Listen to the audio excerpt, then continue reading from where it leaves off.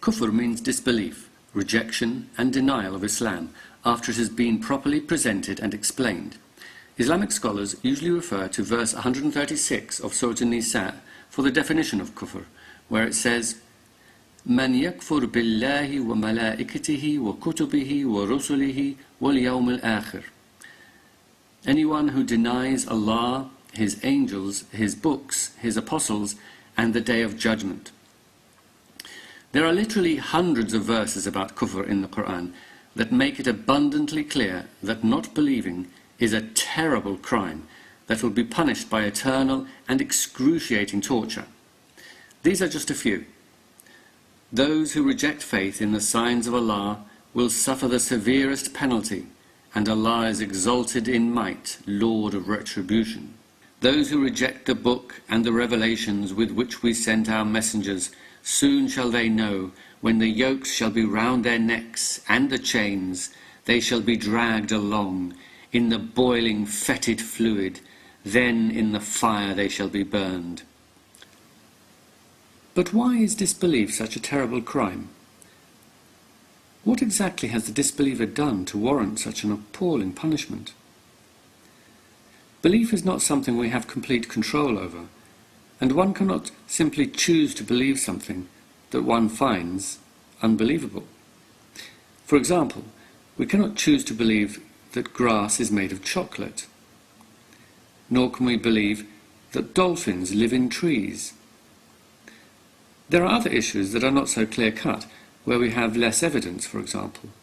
In these cases, there may be an element of doubt whether to believe or disbelieve, though that still doesn't mean it's a simple matter of choice. For example, if I told you that there were invisible fairies living in my back garden, and that I know this because my great-great-grandfather left me a note which he got from them, saying, "Hello, we are fairies and we live in your back garden."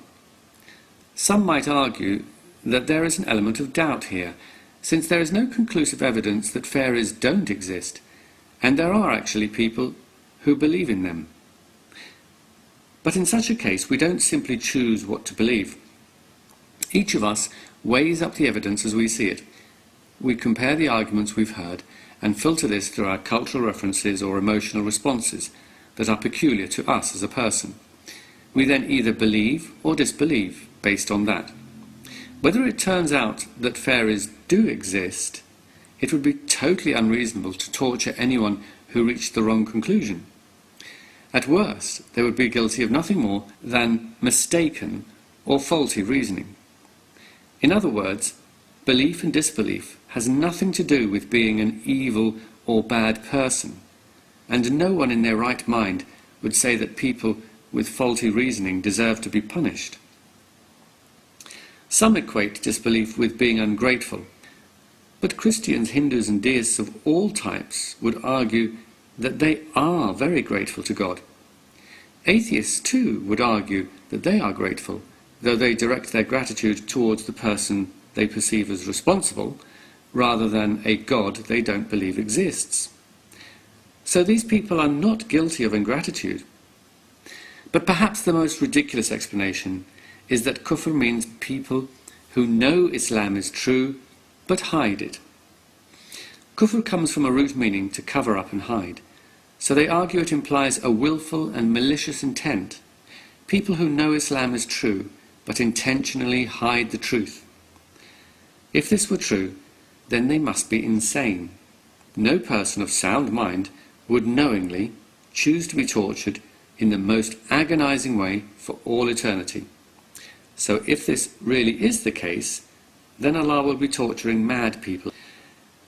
It is amazing how much scorn, contempt and hatred the Qur'an directs towards Kufr, and as a result, how emotive the words Kufr and Kafir are for Muslims. Yet, when you actually get past this emotion, there really is no logical reason why disbelief should be considered such a horrendous crime, even if Islam were true. The fact that the Qur'an spends so much time condemning disbelievers to the most obscene eternal torture only serves to emphasize that it is not. Would you please take me away from this place? I cannot bear to see the look upon your faces. And if there is some kind of God, do you think he's pleased when he looks down on us? I wonder what he sees. Do you think he'd think the things we do are a waste of time? Maybe he'd think that we are getting on just fine.